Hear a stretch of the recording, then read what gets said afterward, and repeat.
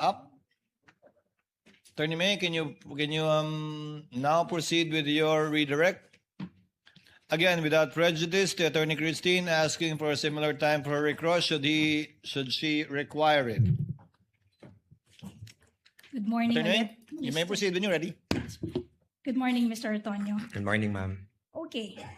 Kanina, on cross-examination, sinabi mo na sa pagkakaalam mo, hindi required na i-attach ang PFP sa request for confidential funds. Tama ba? Yes po. Okay. Now, may we confront you with Section 3.24 of the Joint Circular 2015-01. Can you kindly read it Counsels for may the approach record? and show the witness the JC 2015-01, the relevant provision thereof.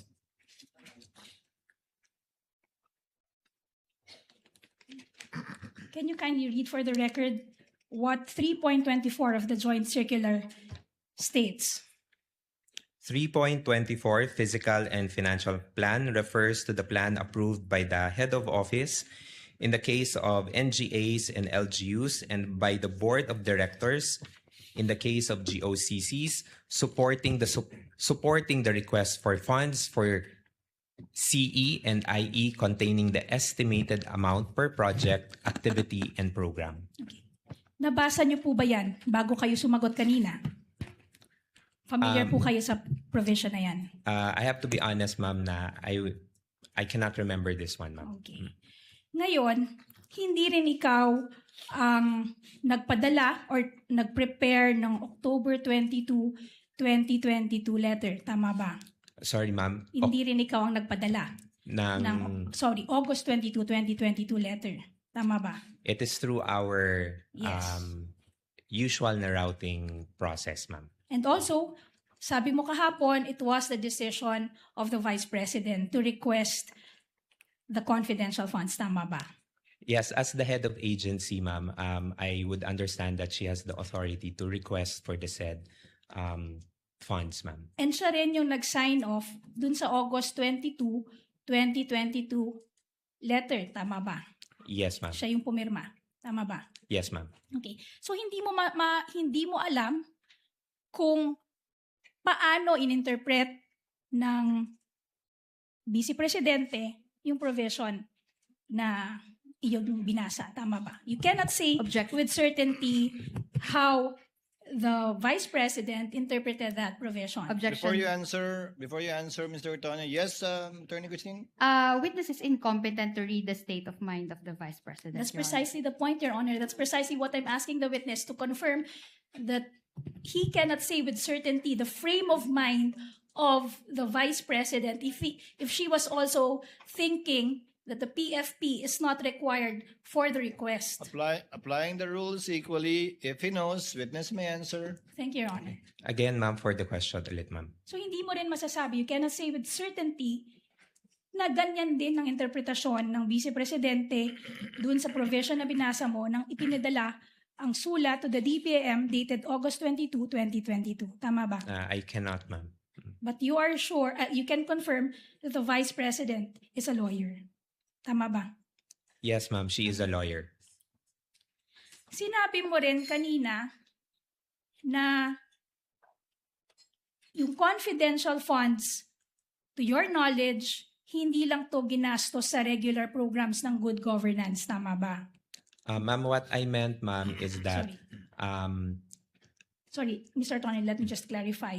Sinabi mo kanina na to your knowledge, yung confidential funds were not spent on the regular programs under the good governance program. Tama ba? that's correct, ma'am. Yan din yung sinabi mo para sa socio-economic delivery programs. Ang sabi mo, yung confidential funds hindi ginamit sa regular programs ng socio-economic delivery programs ng OVP. Tama ba?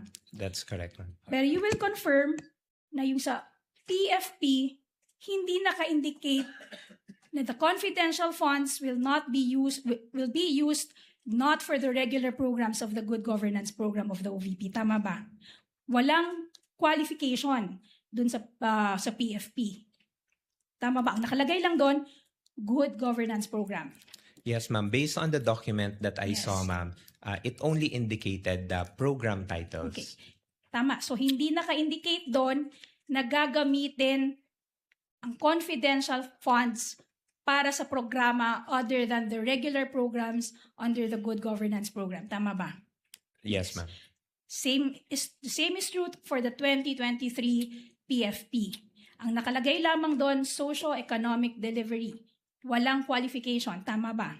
Based on the document that was Yes. presented, ma'am. Hindi rin sinabi na the confidential funds for 2023 ay gagamitin for programs other than the regular programs of the socio-economic delivery programs of the OVP. Tama ba? Sorry, ma'am. Can you repeat the question, ma'am? Hindi To be rin clear. sinabi sa PFP for 2023 that the confidential funds of the OVP will be used for programs other than the regular programs under the socio-economic delivery program of the OVP. Based on the Yes. document, ma'am, it does not specifically indicate. Okay. And you would confirm that the seeming confusion would have been avoided had the Office of the Vice President only indicated the specific programs under both the good governance programs and the socio-economic delivery programs in the PFP. Tama ba? Objection. What is the ground? Attorney Christine? Speculative, Your Honor. Your Honor, again, the question does not be... The witness is smart enough. Mr. Antonio, you may answer if you know. Can you repeat the question, ma'am? The confusion would have been avoided or would have been averted. Maiiwasan sana ito kung yung OVP nilagay doon sa dalawang PFP for 2022 and 2023 yung specific each and every program that will be funded by the confidential funds for Objection. both years. Tama ba? Objection, Your Honor. So What's the ready with objection, point, Your Attorney Honor. Christine? The witness did not say there was a confusion, Your Honor. That was misleading. I didn't say, Your Honor, that this witness mentioned But her question says, so the confusion should have been avoided, Your Honor. The question is misleading. because, Your Honor, there was an inconsistency, Your Honor. Earlier, She is interpreting and making conclusions out of the answer of the witness, Your Honor. Attorney May, kindly reform. Yes, the witness did not say that he was confused. okay. Reform, you can get to the same point. Throw another way. Okay. So, Mr. Ortonio, kung nilagay yung each and every program that will be funded, stinate doon sa dalawang PFP, yung particular programs na paggagamitan ng confidential funds, wala sanang question kung saan ito ginamit. Tama ba? Objection, Your Honor. Same objection, Your Honor. Actually misleading kasi wala sanang questions. He did not say that there were questions on Then the I will confidential. drop the sana, Your Honor. Mr. Ortonio, if I may, counsels, Mr. Ortonio, bakit hindi nilagay doon sa PAP yung particular ng good governance at socio-economic program na hindi ito bahagi doon sa original o regular na budget ng OVP? Sa Sir, pagkakaalam mo. thank you, Your Honor. On the question, sir, on kung bakit hindi nilagay, sir, I would have no personal knowledge, sir, on why, since the document was prepared by our special disbursing officer. Sa paggawa ng sagot sa OEM, sa palagay mo ba kung nilagay niya yon, hindi na masasama sa OEM, sa AOM yon? Based on my understanding, sir, it could have helped, sir, to clarify. Okay. Your witness, counsel? Okay. Mr. Ortonio, yesterday and today, paulit-ulit mong sinasabi na wala kang participation sa disbursement and implementation of the confidential funds. Tama ba? Yes, ma'am. So, hindi mo rin alam kung talagang saan ginamit yung confidential funds, kung anong programa dinisburse ito. Tama ba? Objection. Objection, Your Honor. What is the ground? Not Attorney covered by Christine? the cross. Let's give her sufficient leeway, counsel. This is one of the questions in the minds of the senator judges. Just to clarify, you may answer it, Mr. Antonio. No, I would not have any personal knowledge. So, hindi mo rin alam based on your personal knowledge, na yung confidential funds ay hindi ginastos sa regular programs under the Good Governance Program. Tama ba? Kasi wala kang sabi mo, wala kang participation, wala kang personal knowledge kung saan dinisburse yung confidential funds. Tama ba? Based on my understanding, ma'am. Wala ka ring personal knowledge kung paano in-implement ang confidential funds. Tama ba? Yes, ma'am. So hindi mo rin masasabi based on your personal knowledge na yung confidential funds ay ginastos sa mga programa other than the so-called regular programs of the Good Governance Program. Objection, Your Honor. What is the ground, Christine? Misleading, Your Honor. The witness did not say that the confidential funds were spent on the good governance programs of the OVP. That was not the point, Attorney Christine. Witness may answer. If the presiding officer may, Mr. Ortonio, kung wala kang personal na kaalaman kung paano ginastos yung confidential fund, edi wala ka ring personal na kaalaman kung ginastos sa regular na programa ng OVP yung confidential fund. I do not have any personal knowledge, sir, on how the confidential funds was At implemented, all. sir. Kung saan napunta yon, wala kang alam. No, sir. Kung I napunta don't. man sa tama o mali, madumi o malinis, wala kang alam. I would have no personal knowledge, sir. Okay.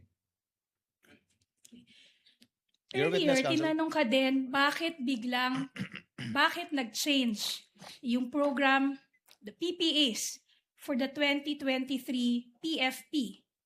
When I say PPAs, I'm referring to the projects, plans, and activities. Tinanong ka kanina kung bakit yung programs, plans, and activities under the 2023 PPA naging socio-economic delivery program na dati under the 2022 PFP, ito ay good governance program. Tama ba? Yes, ma'am. Yes. The Yes. way I understand the Wait. question, ma'am. Wait lang. Ito yung tanong, Mr. Ortonio. Ang sabi mo kanina, nag-change ng PPA sa 2023 PFP para makover ang mas marami pang programa. Tama ba? Ma'am, I'll clarify, ma'am. Wait, I Mr. Ortonio, please just answer my question with a yes or no. answered, ma'am. Your Honor, Let the witness answer, Attorney May. thank you. I answered the question earlier, ma'am, in the context of why there was a change from good governance to socio-economic delivery in the context of what is reflected in the GAA. So that's how I answered it, ma'am. Okay.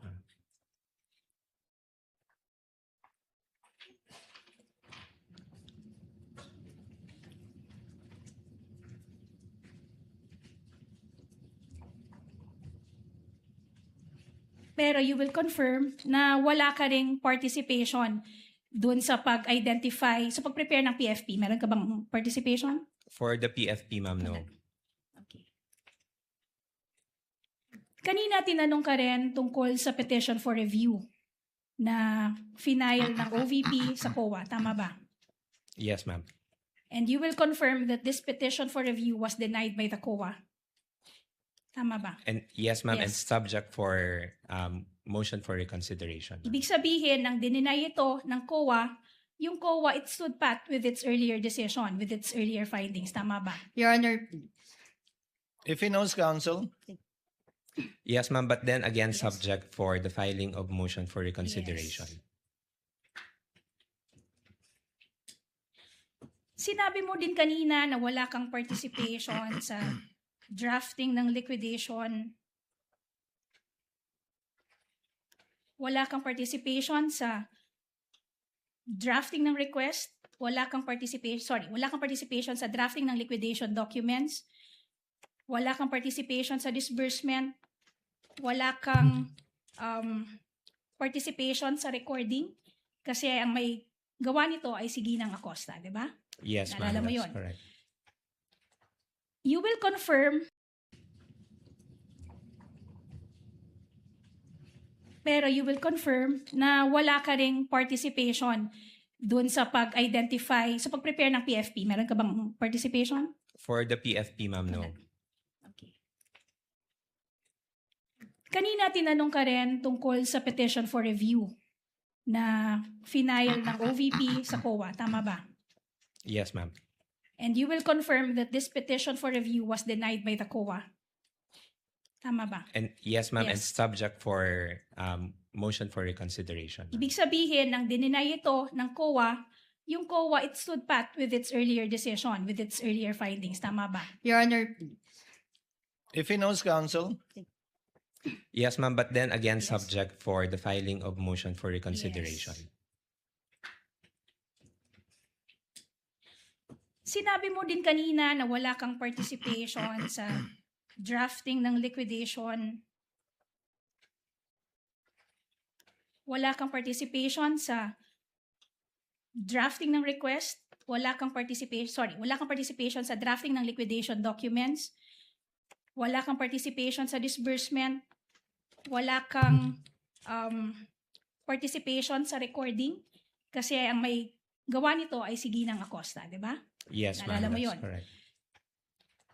You will confirm na ikaw, ang Chief of Staff, at ang Vice President, ang 3 top officers ng OVP. Tama ba? As Assistant Chief of Staff, ma'am. Yes. So, kayong tatlo, kayo yung top 3 officers ng OVP. Assistant Chief of Staff, and the Vice President herself. Tama ba? Yes, ma'am. Okay.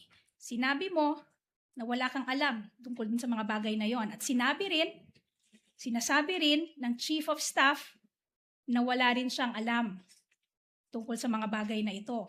So, tama bang sabihin na among Your the Honor, three of please. you, si Vice President lang ang nakakaalam? let her finish the question. Witness will not answer the question until the objection is ruled upon by the chair. Finish your question, Attorney May. Done, Your Honor. Attorney Christine, what's your objection? Misleading, Your Honor, and vague. First of all, the Chief of Staff has not yet testified with regard to the confidential funds. Well, Attorney Christine, the court took judicial notice of the proceedings in the House of Representatives where the Chief of Staff, Attorney Lopez, testified, and I went through the TSN, and such statements were made along those lines by the Chief of Staff of the Vice President. Witness may answer. Ma'am, can I be clarified with the question? Can you repeat the question, please? Okay. Kanina, sinabi mo na ang top 3 officers ng OVP ay ikaw, as Assistant Chief of Staff, ang Chief of Staff, at ang Vice President herself. Tama ba? Yes, ma'am. Ngayon, sinabi mo na wala kang alam tungkol sa drafting ng liquidation reports. Tama ba? Wala ka ring alam sa disbursement ng confidential funds. Wala ka ring alam tungkol sa recording relative to the confidential funds. Tama ba? Yes, ma'am. Ito rin yung naging posisyon ng Chief of Staff. Wala rin siyang alam tungkol sa mga bagay na to. Ngayon, tama bang sabihin na dahil kayong tatlo, ang top 3 na officers or officials ng Office of the Vice President, si Vice President lamang ang may alam tungkol dito sa mga bagay na to? Objection. What's the ground, Christine? Speculative, Your Honor. If he knows, Your Honor, again, Your Honor, we don't want to belabor this point, Your Honor, but Defense Counsel keeps bringing us back to this point, Your Honor. The question does not become speculative simply because it's couched in a what if question, Your Honor. And besides, Your Honor, this honorable court has already ruled and has already directed the witness to Your Honor, answer, Your Honor. the counsel what would want the witness to speculate on the state of mind of the Vice President. No, Your Honor. Let me answer it in 2 points, Your Honor. Please, counsel, briefly. Yes, it's not speculative, Your Honor, because there was already an admission that they are the top 3 officials of the OVP. Now, the answer would be based on that admission, so it's not speculative. The question would only be speculative. It's completely conjectural, Your Honor. And second, Your Honor, the only reason Then- I repeated the answer because the witness himself requested me to repeat, but prior to me repeating the question, the Honorable Presiding Officer has already made a ruling. Your Honor, we will be squandering away time if every time I would repeat a question, the Defense Counsel would all of a sudden invoke another ground for objection. Your Honor, We're please. about to break for lunch, so let's end it on a good note. Yes, but I Finally, will, Attorney Christine. I will revise my objection, Your Honor. Incompetent. Allow me, counsels. Base sa testimonya mo, Ginoong Ortonio, wala kang alam sa paggastos, pag-liquidate, pag-disburse ng confidential fund. Tama? Yes, that's correct, Your Honor. Sabi ni Gina Acosta, wala rin siyang alam.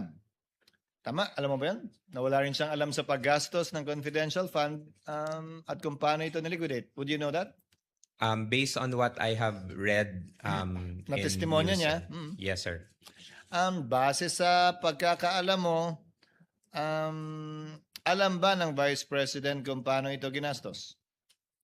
The way I understand it, sir, as the head of agency, I would understand that she knows the implementation, sir. Yes. So si Colonel Lachica, alam din siyempre. Yes, sir. As the security officer, I would So assume sa so. loob ng opisina ng OVP, si VP Sara, as head of agency lang ang nakakaalam, ikaw bilang assistant chief of staff, yung chief of staff mismo, walang alam, at si Colonel Lachica na ayon sa katanungan ni Senator Judge Soto kanina lang, na hindi naman bahagi ng opisina ng OVP. Yes, Your Honor. Okay. That would be all for redirect, Your Honor. Do you have a short recross, Attorney Christine, or a long one? Do we pause for lunch, or do you want to finish your cross before lunch? We don't have to call lunch at 12 o'clock. We can do it at 12 past 12. After lunch, Your Honor. You prefer Because- after lunch? Thank you. Yes, Your Honor. Then, since it's only 11:57, we have time for one more, Senator Judge. If you want to avail of it. Yes, I see Senator Judge Tulfo, the next one to interject, raising his hand. The sequence would be Senator Judge Rafi Tulfo, Senator Judge Villanueva, the Senate President, Senator Judge Ontiveros, Senator Judge Lacson, Senator Judge Padilla, and I just saw Senator Judge Bam. So we have time for one or two more Senator Judges before breaking for lunch. Senator Judge Rafi, you are recognized, sir. You may proceed. You have 2 minutes, sir. Thank you, Mr. Presiding Officer. Kayo po ay nag-reply sa AOM from COA for the check number 244027 dated 20 December 2022. Ano po yung proseso na ginagawa nyo once kayo po ay nakatanggap ng AOM or disallowance? Good morning, Your Honor. When we receive AOMs within the office, once we receive it, we inform of course, the Chief of Staff and of course also the head of agency of the AOM. We send them a copy for their information. Do you investigate? Once meron na pong instruction to kung sino po yung magko-conduct ng review, then that's the time po that we conduct a necessary review for Do you ask to reply. questions? Yes, sir, to the concerned na mga To the concerned. concerned na mga divisions. What questions do you ask, for example? Usually, sir, we ask point per point on what is Point per point, okay? point per point what is indicated in the AOM so Yes. that we can also address the concerns point by point. Very good. Now, isa sa mga AOM ay observation ng COA, kulang sa mga dokumento. Halimbawa, itong sinabi rito, 170,000 at marami to by the millions. 170,000 for the payment of reward, opening close medicines. Did you not ask, ano ba talaga to? Anong klaseng medicine ang binili? Kasi ang pagkakalam ko, meron kayong pera from confidential funds, binigay nyo doon sa informant para siya nang bumili ng medisina. Yes, sir. Yung Did po you yung- ask kung anong medisina binili para sa medisina bibili nung informant, yung pera? When the time na nag-consult po ako with the security officer, sir, I did not ask anymore on the specifics, but I asked on paano po yung naging process nila in terms of noong pag-release ng funds for the informants or for the agents. Sir, you are a very highly educated person from prestigious schools. Come on, it doesn't make sense. It defies logic. Tatanungin mo dapat to protect Sarah kasi very close ka kay Sarah. teka muna, anong klaseng mga medisina ang binili? Nasaan yung reseta? Kasi mali mo, baka namin hindi binili ng medisina, baka binili ng drugs, whatever, baka may nagbulsa ng pera. Dapat, yun kasi yung kailangan ng, COA, di ba?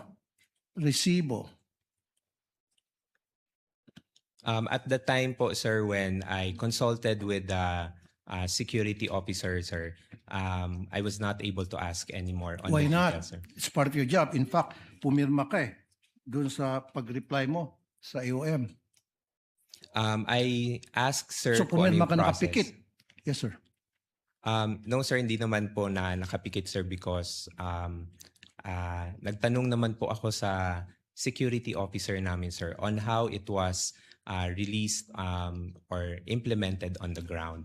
So, kung ano po yung nabigay na information, sir, yun po yung nailagay ko sa pag-draft po ng reply to the AOM. Hindi mo rin tinanong bakit pare-pareho yung signature sa different names ayon sa NBI, forensic, tapos pare-pareho yung handwriting sa different names. Parang isang tao lang nag-fill up, meron pa nga walang signature at nag-receive ng by the hundreds of thousands each. You Sir, didn't ask? Bakit mo tinanong, hindi mo tinanong, bakit pusa, bakit ito si Pagong, pinagtatawanan tayo ng tao, etc. Why? Did you not ask?